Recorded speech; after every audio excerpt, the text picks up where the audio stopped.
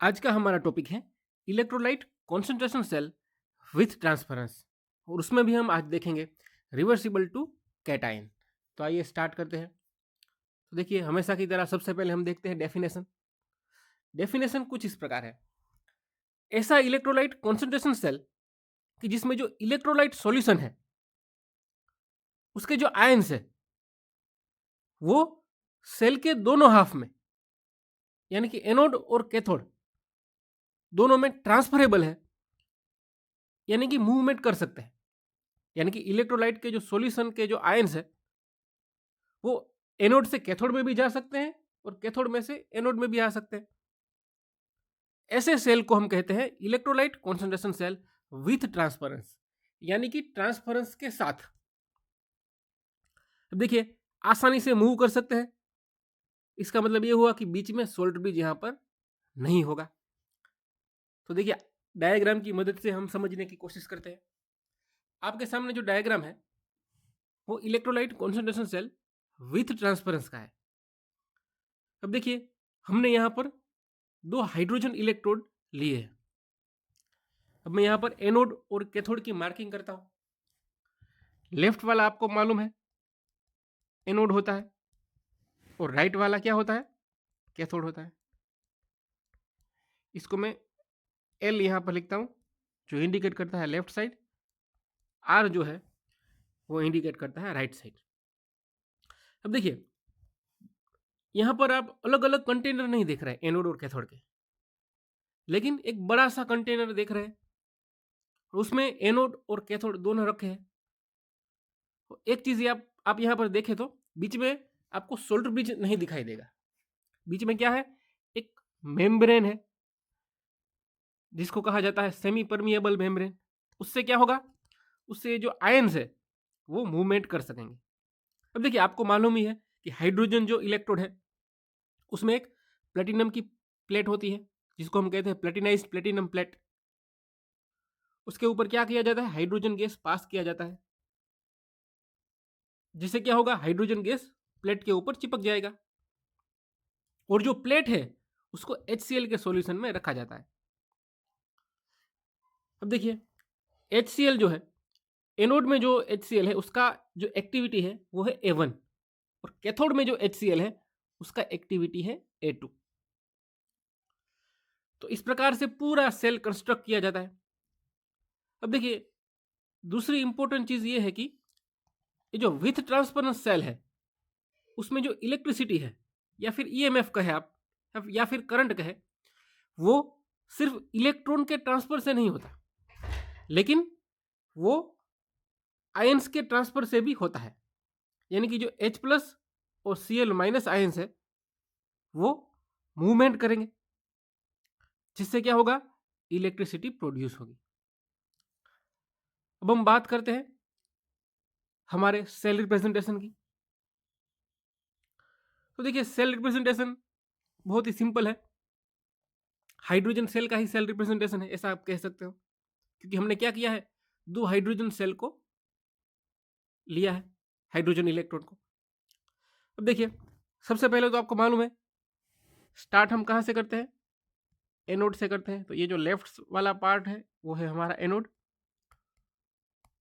और राइट वाला जो पार्ट है वो है हमारा कैथोड। अब यहाँ पर बीच में सोल्डर ब्रिज तो है नहीं, तो स्टार्ट करते हैं लेफ्ट साइड से। यहाँ पर मैं लिख देता हूँ एनोड यानी लेफ्ट, एल का मतलब लेफ्ट और कैथोड आर, आर का मतलब राइट। अब देखिए, सबसे पहले प्लेटिनम, प्लेटिनम की प्लेट। प्लेटिनम की प्लेट के ऊपर क्या चिपका हुआ है, हाइड्रोजन गैस चिपका हुआ है, यानी कि पीटी। फिर फॉरवर्ड स्लेश करेंगे, एक लाइन ड्रॉ करेंगे, उसके बाद हाइड्रोजन जो एक गैस है इसलिए मैंने ब्रैकेट में जी लिखा है। और जो हाइड्रोजन गैस है वो किसके कॉन्टैक्ट में है, वो डिप किया गया है HCl के सॉल्यूशन में, जिसकी एक्टिविटी क्या है, A1 है। देखिए, एनोड की बात कर रहा हूं मैं, यहाँ गलती से भी A2 मत लिख देना। तो HCl, तो यहाँ पे मैंने HCl, वो एक्वियस है, वाटर में है, सॉल्यूशन है इसलिए मैंने एक्वियस लिखा है। अब देखिए, एक्टिविटी जो है वो A1 है। फिर एक स्लेश होगा, फॉरवर्ड लाइन एक होगी। अब देखिए, ये जो मैंने लाइन ड्रॉ की है, यहां पर आप देखिए एक ही लाइन है, डबल लाइन मैंने ड्रॉ नहीं की। क्यों? क्योंकि यहां पर बीच में सॉल्ट ब्रिज नहीं है, सीधा कॉन्टैक्ट है, बीच में कोई सॉल्ट ब्रिज नहीं है, इसलिए मैंने सिंगल लाइन की। उसके बाद ये जो हमारा जो सॉल्यूशन है HCl का, वो सीधा कॉन्टैक्ट में है कैथोड के HCl के सॉल्यूशन के साथ, यानी कि जिसकी एक्टिविटी A2 है उसके साथ। तो फिर मैंने क्या लिखा, HCl जिसकी एक्टिविटी है A2। फिर एक लाइन ड्रॉ की, जो HCl सॉल्यूशन है वो हाइड्रोजन गैस के कॉन्टैक्ट में है, और फिर वो जो हाइड्रोजन गैस किसके ऊपर चिपका है, प्लेटिनम के प्लेट जो है उसके ऊपर चिपका है। तो इस प्रकार से पूरा सेल रिप्रेजेंट किया जाता है। यहाँ बीच में अगर मैं लाइन ड्रॉ करूं तो ये हो गया हमारा एनोड और ये हो गया हमारा कैथोड। ये है हमारी लेफ्ट साइड और ये है हमारी राइट साइड। अब देखिए इंपॉर्टेंट चीज अब स्टार्ट होती है। मानिए कि सेल से हमें 1 फेराडे जितनी इलेक्ट्रिसिटी विथड्रॉन होती है। क्या होती है? विथड्रॉन।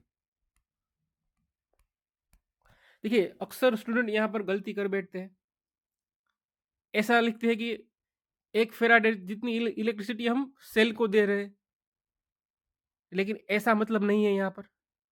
देखिए ये एक इलेक्ट्रोकेमिकल सेल है, कॉन्सेंट्रेशन सेल भी एक इलेक्ट्रोकेमिकल सेल है। और इलेक्ट्रोकेमिकल सेल में क्या होता है, केमिकल रिएक्शन से हमें क्या मिलता है, एनर्जी मिलती है। कौन सी एनर्जी? इलेक्ट्रिकल। यानी कि ये तो हमें इलेक्ट्रिसिटी देता है, हम इसको इलेक्ट्रिसिटी नहीं देते। तो मान लीजिए कि 1 फेराडे जितनी इलेक्ट्रिसिटी हमें मिल रही है, तो क्या हुआ होगा, कौन सी ऐसी प्रक्रियाएं हुई होगी जिससे हमें 1 फेराडे जितनी इलेक्ट्रिसिटी मिल रही है। अब देखिए कई लोगों को यहाँ पर 1 फेराडे के बारे में मालूम नहीं होगा। अगर जिनको मालूम है उनके लिए थोड़ा एक्स्ट्रा हो जाएगा, लेकिन समझाना जरूरी है। तो देखिए मैं 1 फेराडे का मतलब हुआ है 1 mole charge of electron, charge of 1 mole electron. यानी कि 1 मोल इलेक्ट्रॉन का जो चार्ज होता है उसको हम क्या कहते हैं, 1 फेराडे कहते हैं। अब देखिए इलेक्ट्रॉन जो है उसका चार्ज कितना होता है, 1.6 इंटू 10⁻⁻16 कूलम्ब जितना होता है। और 1 मोल में कितने इलेक्ट्रॉन रहते हैं, एवोगैड्रो नंबर के मुताबिक 6023 इंटू 10⁻23।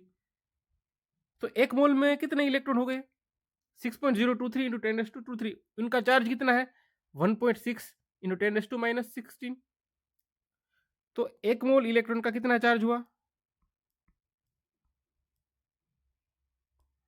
तो हम कह सकते हैं 1.6 इंटू 10⁻16 इंटू 6.023 इंटू 10⁻23। तो इसका आंसर आएगा 96,500 कूलम। तो इस प्रकार से 1 फेराडे की वैल्यू कितनी होती है, 96,500 कूलम होती है। आई होप कि आपको समझ में आ रहा है। ये तो थोड़ी बेसिक बात थी, यहाँ पर करनी ज़रूरी थी, क्योंकि अक्सर जो स्टूडेंट है वो यहाँ पर गलती कर बैठते हैं। अब देखिए बात यहाँ पर हमने की है 1 फेराडे ऑफ इलेक्ट्रिसिटी, यानी कि जिससे क्या है 1 मोल जितना इलेक्ट्रॉन का चार्ज विथड्रॉन होता है, यानी हमें इलेक्ट्रिसिटी मिलती है। तो इसकी सेल रिएक्शन हम किस प्रकार लिखेंगे, तो देखिए सेल रिएक्शन कुछ इस प्रकार हम लिखते हैं नॉर्मल तरीकों में कि एनोड पर ऑक्सीडेशन होता है। एनोड पर क्या होता है, ऑक्सीडेशन होता है। तो हम क्या लिखते हैं, H2 का ऑक्सीडेशन हो गया, किस में कन्वर्ट हुआ, 2H प्लस में, और 2 इलेक्ट्रॉन रिलीज हुए। लेकिन ये 1 मोल नहीं, ये 2 मोल इलेक्ट्रॉन आ गए हैं। हमें क्या चाहिए, 1 मोल चाहिए, एक ही इलेक्ट्रॉन चाहिए। तो हम क्या करेंगे, तो देखिए हम इस प्रकार कर सकते हैं, इसको आधा कर देते हैं, तो 1/2 H+, ये क्या हो गया, 1 इलेक्ट्रॉन हो गया। तो एनोड की रिएक्शन हम कुछ इस प्रकार लिखेंगे। चलिए देखते हैं रिएक्शन। अब हम बात करते हैं सेल रिएक्शन की। तो देखिए सेल रिएक्शन कुछ इस प्रकार होगी। एनोड पर क्या होगा, ऑक्सीडेशन होगा। जैसा कि मैंने कहा हमने ऐसा सपोज किया है कि इससे मान लीजिए हमें 1 फेराडे जितनी इलेक्ट्रिसिटी मिलती है। 1 फेराडे का मतलब चार्ज ऑफ 1 मोल इलेक्ट्रॉन, इसलिए हम 1 इलेक्ट्रॉन के संदर्भ में यहां पर लिखते हैं। तो क्या होगा, 1/2 gives H+ plus electron minus. देखिए हम यहां पर एनोड की बात कर रहे हैं, आपको मालूम है एनोड पर क्या होगा, ऑक्सीडेशन ही होगा, तो H2 का ऑक्सीडेशन होगा। लेकिन यहां पर क्या लिखेंगे हम, 1/2 लिखेंगे क्योंकि 1 मोल इलेक्ट्रॉन की बात हो रही है। तो 1/2 gives H+ plus electron minus. आपको मालूम है ऑक्सीडेशन का मतलब क्या होता है, लॉस ऑफ इलेक्ट्रॉन। और यहां पर जो हाइड्रोजन प्लस आयन है उसकी एक्टिविटी क्या है, देखिए A1 है। और ये जो हाइड्रोजन गैस है, H2 गैस जो पास किया गया है, देखिए वो दोनों की जो प्रेशर होगा वो सेम ही होगा, P। देखिए हम बात कर रहे हैं यहां पर electrolyte concentration cell with transference की। इलेक्ट्रोलाइट में कॉन्सेंट्रेशन सेल में क्या होता है, इलेक्ट्रोलाइट का कॉन्सेंट्रेशन डिफरेंट होता है, लेकिन इलेक्ट्रोड का कॉन्सेंट्रेशन तो कैसा रहता है, सेम ही रहता है। तो यहाँ पर गैस इलेक्ट्रोड है तो उसका प्रेशर सेम रहेगा, तो हमने क्या लिखा है, दोनों का प्रेशर P लिखा है। अब देखिए कैथोड पर क्या होगा, तो आप समझ सकते हैं कैथोड पर इससे उल्टा होगा, रिडक्शन होगा, यानी कि गेन ऑफ इलेक्ट्रॉन होगा। तो ये जो H+ आयंस है HCl के, वो क्या करेंगे, इलेक्ट्रॉन को एक्सेप्ट करेंगे। यानी कि देखिए यहां पर H+ क्या करेगा, 1 इलेक्ट्रॉन लेगा और किस में कन्वर्ट हो जाएगा, 1/2 गैस में कन्वर्ट हो जाएगा। लेकिन यहां पर देखिए ये जो H+ है कैथोड वाला, उसका एक्टिविटी क्या है, देखें A2 है। HCl का जो सॉल्यूशन है उसमें HCl जो है उसमें H+ है और Cl- है, तो H+ का एक्टिविटी क्या हुआ, A2 हुआ।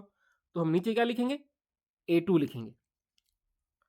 देखिए ऑल ओवर रिएक्शन हम देखते हैं क्या होती है।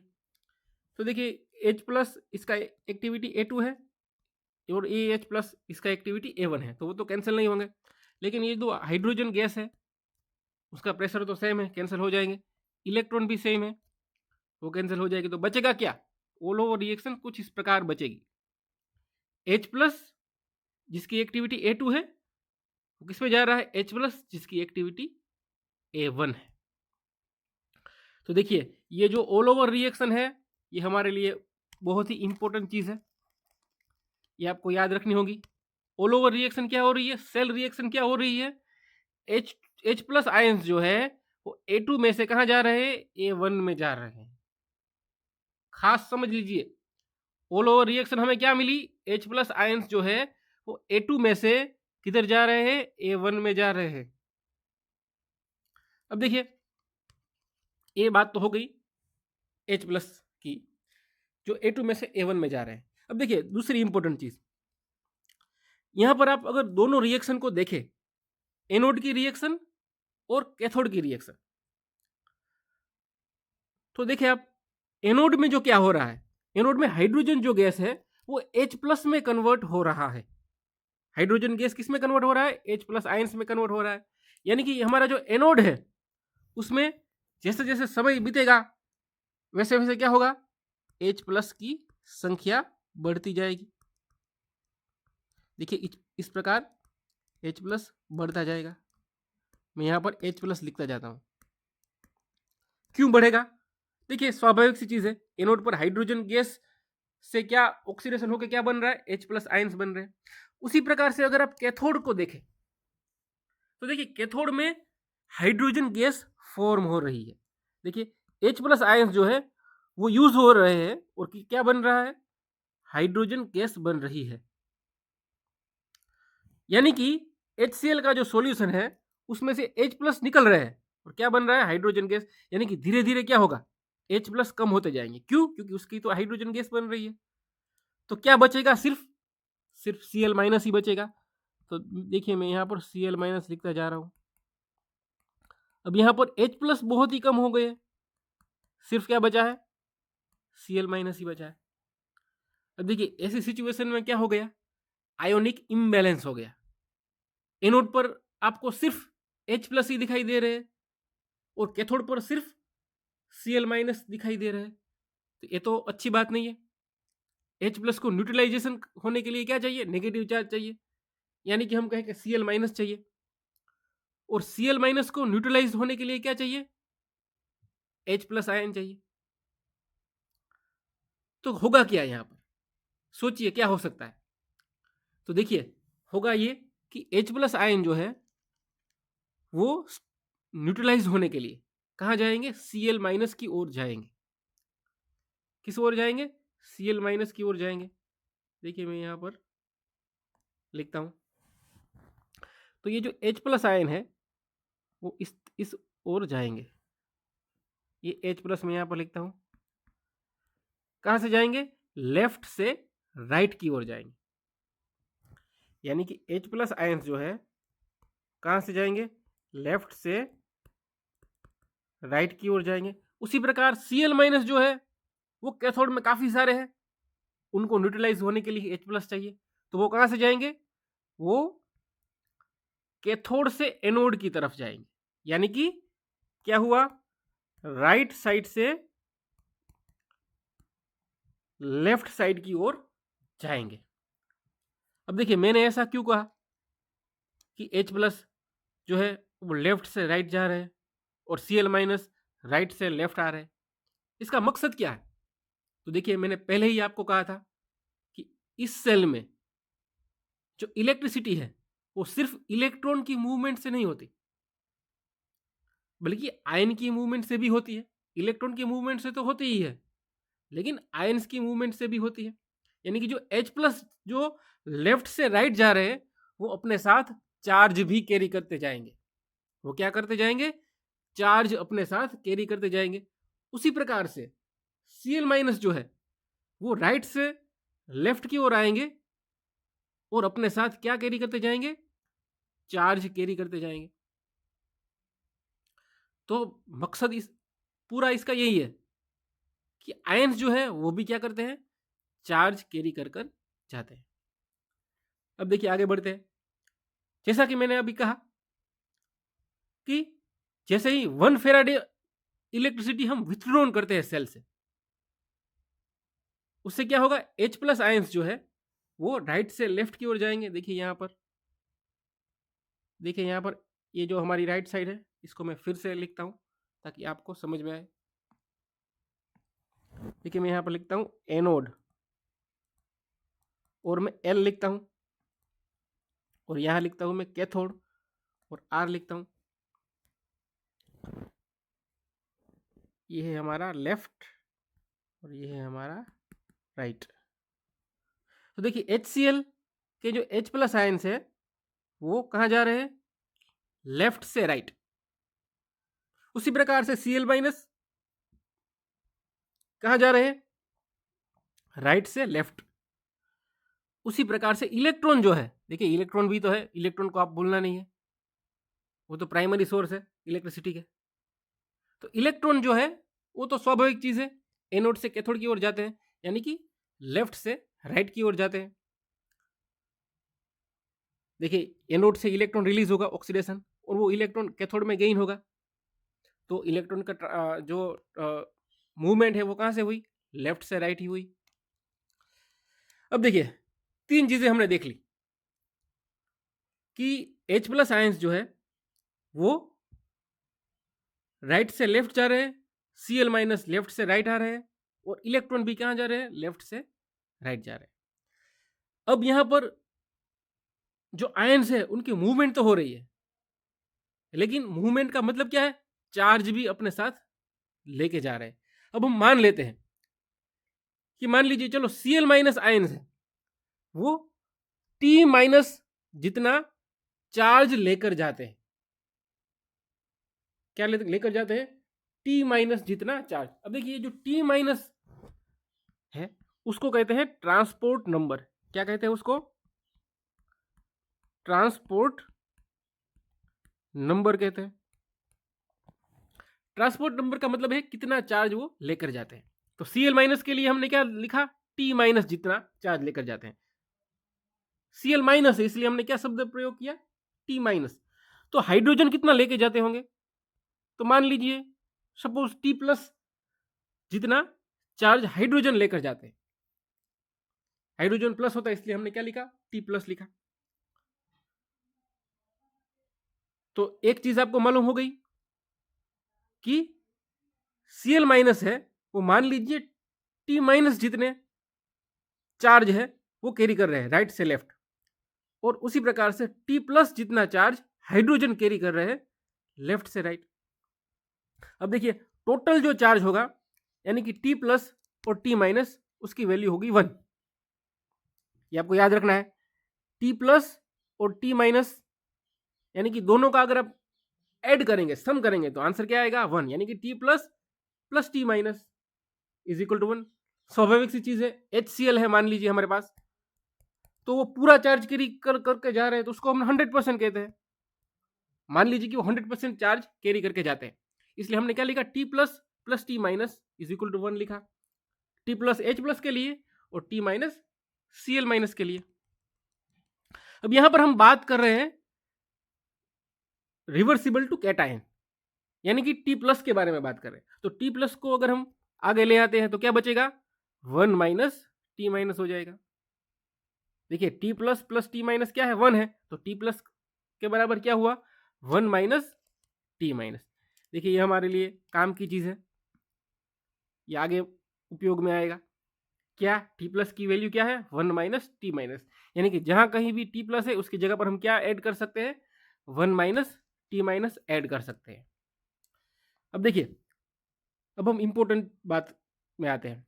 तो हमने सबसे पहले ऑल ओवर रिएक्शन क्या देखी, ऑल ओवर रिएक्शन जो एनोड की रिएक्शन थी और कैथोड की रिएक्शन थी, ऑल ओवर उसकी जो हमने नेट सेल रिएक्शन निकाली ऑल ओवर रिएक्शन, वो क्या थी, वो इस प्रकार थी कि जो H प्लस है वो A2 में से कहां जा रहे हैं, A1 में जा रहे हैं।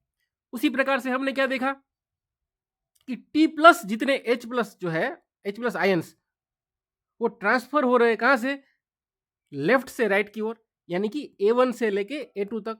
इस डायग्राम में देखें आप, इस डायग्राम में देखें क्या देखा हमने, T प्लस जितने जो H प्लस है वो कहां जा रहे हैं, लेफ्ट से राइट की ओर जा रहे हैं। तो हमने क्या लिख सकते हैं हम, T plus H plus A1 से कहां जा रहे हैं, A2 में जा रहे हैं, लेफ्ट से राइट, यानी कि लेफ्ट में एनोड है और राइट में कैथोड है, तो A1 से A2।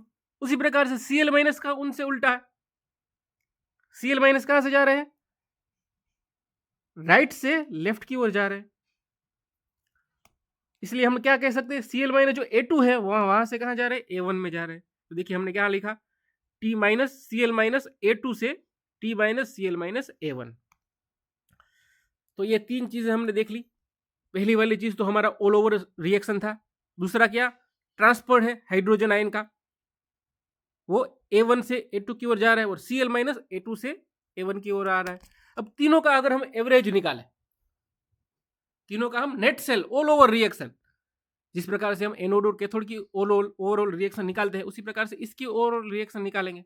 तो क्या हो जाएगा, लेफ्ट साइड जो है उसका एडिशन लेफ्ट साइड पर करेंगे और राइट साइड पर जो है उसका एडिशन हम क्या करेंगे, राइट साइड पर करेंगे। तो देखिए लेफ्ट साइड पर क्या है, H प्लस A2 है, देखिए इसको मैं हटा देता हूँ, H प्लस A2 है, T plus H plus A1 है और T minus Cl minus A2 है। और राइट में क्या है, H प्लस A1 है, T plus H plus A2 और T minus Cl minus A2 है।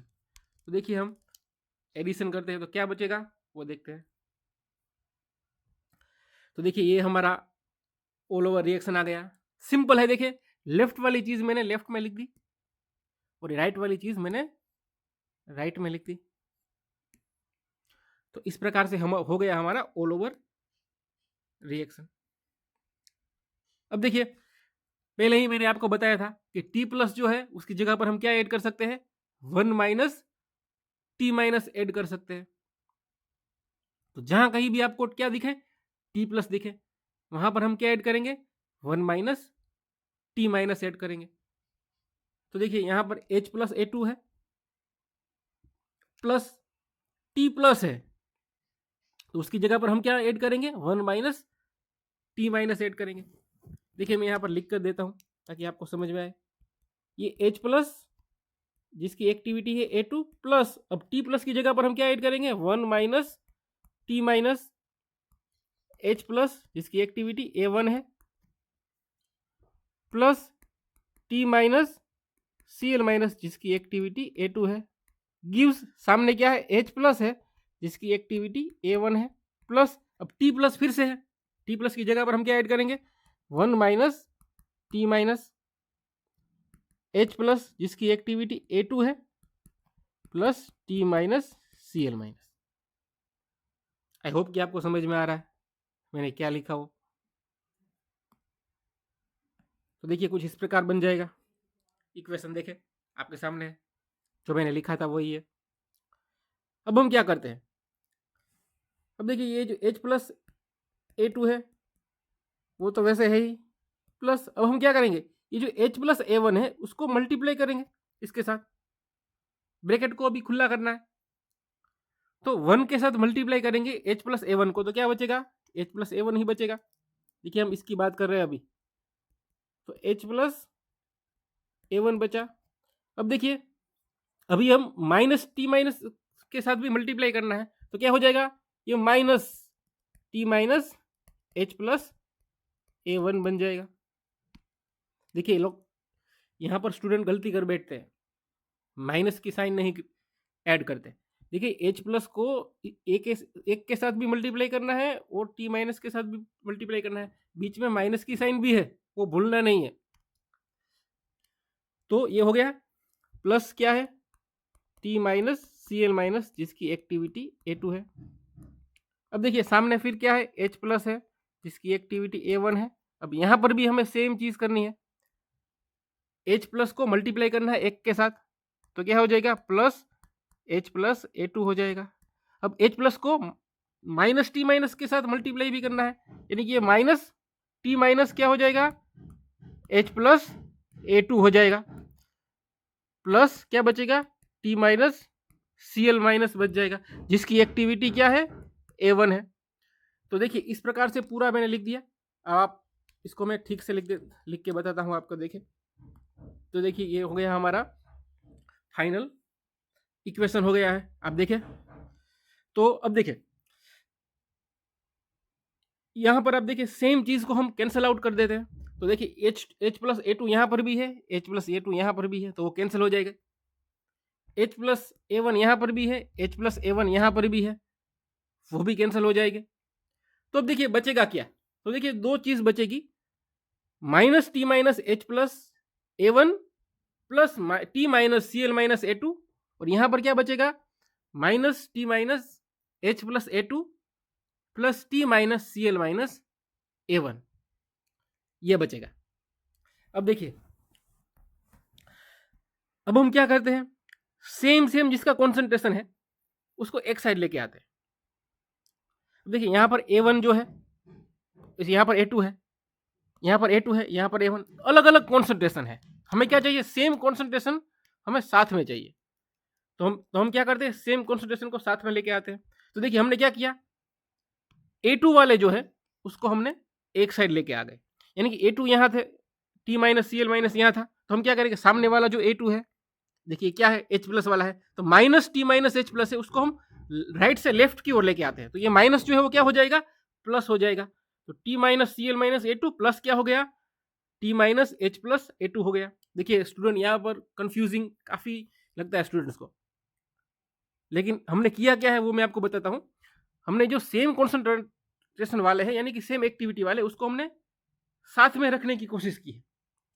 तो ये जो A2 था, T minus Cl minus A2, उसके साथ हमें क्या चाहिए, A2 चाहिए। तो सामने A2 वाला है, देखे minus T minus H plus A2 है, तो हम पूरा उसको राइट से लेफ्ट की ओर लेके आते हैं। तो माइनस जो है वो क्या हो जाएगा, प्लस हो जाएगा, तो ये बच जाएगा। उसी प्रकार से देखिए सामने क्या है,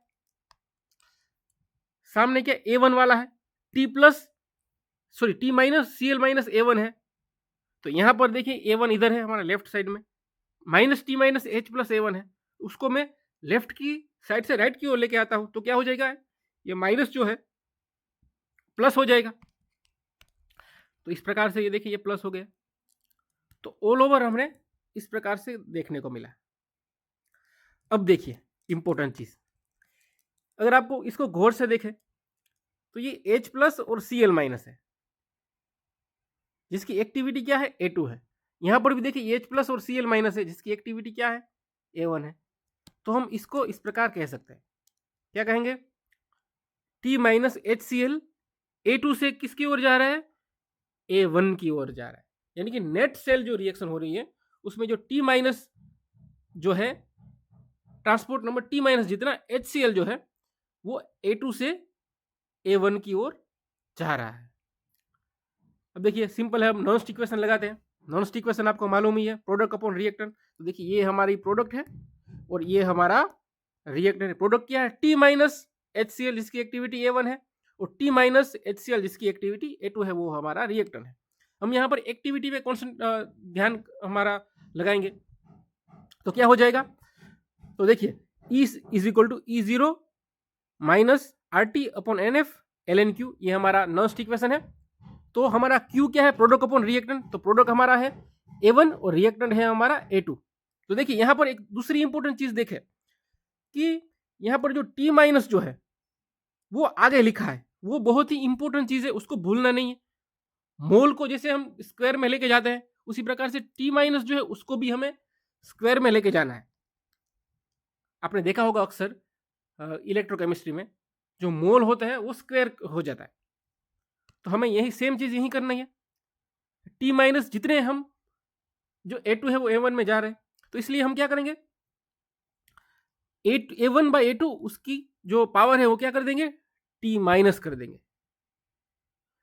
अब देखिए आपको मालूम ही है जो पावर होता है वो लॉग में आगे आ जाता है, लेकिन ये बेसिकली ये तो हमारा कॉन्सेंट्रेशन सेल ही है। तो कॉन्सेंट्रेशन सेल में दोनों इलेक्ट्रोड सेम ही होते हैं, तो E0 कितना होता है, 0 ही होता है। तो क्या बचेगा, E is equal to minus RT upon NF ln A1 upon A2 का पावर कितना है, T माइनस, और लॉग में जो T पावर जो होता है वो आगे आ जाता है। तो E is equal to T minus into minus RT upon NF ln A1 by A2 हो गया।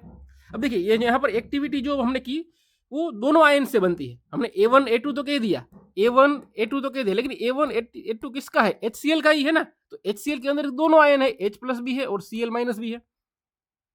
यानी कि हम ऐसा कह सकते हैं कि जो एक्टिविटी है वो H प्लस से भी है और Cl माइनस से भी है। यानी कि एक्टिविटी जो A प्लस से भी है और A माइनस से भी है। तो हम क्या कहेंगे, A plus into A minus, यानी कि आसान भाषा में कहे तो A प्लस और माइनस का स्क्वायर, A का स्क्वायर से एक्टिविटी बनती है, क्योंकि प्लस आयन भी है और माइनस आयन भी है। तो एक्टिविटी प्लस और माइनस का स्क्वायर हो जाएगा। तो A1 के लिए हम क्या कहेंगे, A1 प्लस और माइनस का स्क्वायर। A2 के लिए क्या कहेंगे, A2 प्लस और माइनस का स्क्वायर। अब देखिए तो हम A1 की जगह पर क्या लिखेंगे, A प्लस और माइनस 1 का स्क्वायर। A2 की जगह पर क्या लिखेंगे, A2 प्लस और माइनस 2 का स्क्वायर, A प्लस और माइनस 2 का स्क्वायर। तो हम यहाँ पर अगर वैल्यू रखते हैं तो कुछ इस प्रकार बन जाएगा। अब देखिए स्क्वायर जो है दोनों में स्क्वायर है, तो स्क्वायर हम आगे लेके आते हैं तो क्या बच जाएगा, ये इक्वेशन हो जाएगा। E is equal to 2T minus into minus RT upon NF ln A plus और माइनस 1 अपॉन A प्लस और माइनस 2। अब देखिए इस यहाँ पर हो गया हमारा क्वेश्चन कंप्लीट। एक क्वेश्चन यहाँ पर हमारा कंप्लीट हो गया है, लेकिन इसको हम दूसरी तरीके से भी हम समझा सकते हैं। तो देखिए इक्वेशन 1 जो है हमारा, देखिए ये हमारा इक्वेशन था, हमारा अंत में हमने ये देखा था T minus Cl minus A2 plus T minus H plus A2 से T minus H plus A1 plus T minus Cl minus A1, ये हमने अभी देखा था बीच में। अब देखिए यहाँ इस इक्वेशन से जो हम है वो हम क्या करेंगे, दूसरे तरीके से सोल्व करेंगे। तो देखिए सिंपल है, हमारा नॉन स्टिक equation E is equal to E0 minus RT upon NF ln Q है। तो प्रोडक्ट हमारा क्या है, देखिए एक्टिविटी A1 और उसका पावर कितना है, T माइनस T माइनस, और रिएक्टेंट में क्या है, T माइनस A2 और T माइनस A2। तो हम क्या लिखेंगे, प्रोडक्ट अपॉन रिएक्टेंट। प्रोडक्ट में क्या है, A1 है जिसकी जो ट्रांसपोर्ट नंबर है वो T माइनस है, और साथ में दूसरा भी A1 है जिसकी ट्रांसपोर्ट नंबर क्या है, टी माइनस है, यानी कि हम लिखेंगे इस प्रकार से A1T minus into A1T minus. और रिएक्टेंट में भी क्या है, A2 है जिसकी पावर है T माइनस, और दूसरा जो A2 है उसकी भी T माइनस है, ट्रांसपोर्ट नंबर है। तो हम क्या लिखेंगे, A2T minus into A2T minus. अब आपको मालूम है कि ये कॉन्सेंट्रेशन सेल है तो E0 सेल 0 ही होगा। अब यहाँ पर बेस सेम है तो हम क्या करेंगे, पावर को ऐड करते हैं, यानी कि A1T minus into A1T minus का क्या हो जाएगा, A1 कॉमन बेस हो जाएगा, और T minus plus T minus क्या हो जाएगा, 2T माइनस।